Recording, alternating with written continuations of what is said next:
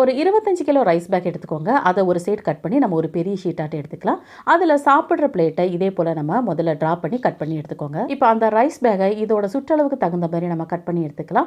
எடுத்ததுக்கப்புறம் இந்த ஓரங்களில் இதே போல் நம்ம ஊசி வச்சு தச்சு எடுத்துக்கலாம். ஒவ்வொரு தையல் போடும்போது ஒவ்வொரு முடிச்சு போட்டு விட்டுக்கோங்க. அப்போ இடையில கட்டானாலும் நம்ம புதுசாக நம்ம தையல் போட்டு நம்ம தச்சு எடுத்துக்கலாம். எல்லாத்தையும் தச்சு எடுத்ததுக்கப்புறம் நமக்கு இந்த மாதிரி ஷேப்பில் கிடைக்கும். இதில் நம்ம முதலையே கட் பண்ணி வச்சிருக்கிற அந்த ரவுண்ட் ஷேப்பை அதுக்கு மேலே வச்சு இது ரெண்டுமே ஜாயிண்ட் ஆகிற மாதிரி நம்ம தச்சு எடுத்துக்கலாம்.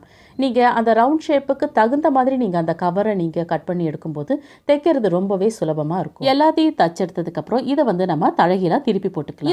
இதை வீட்டில் மக்காத குப்பைகள் போடக்கூடிய ஒரு அழகான பேஸ்கெட்டை யூஸ் பண்ணிக்கலாம்.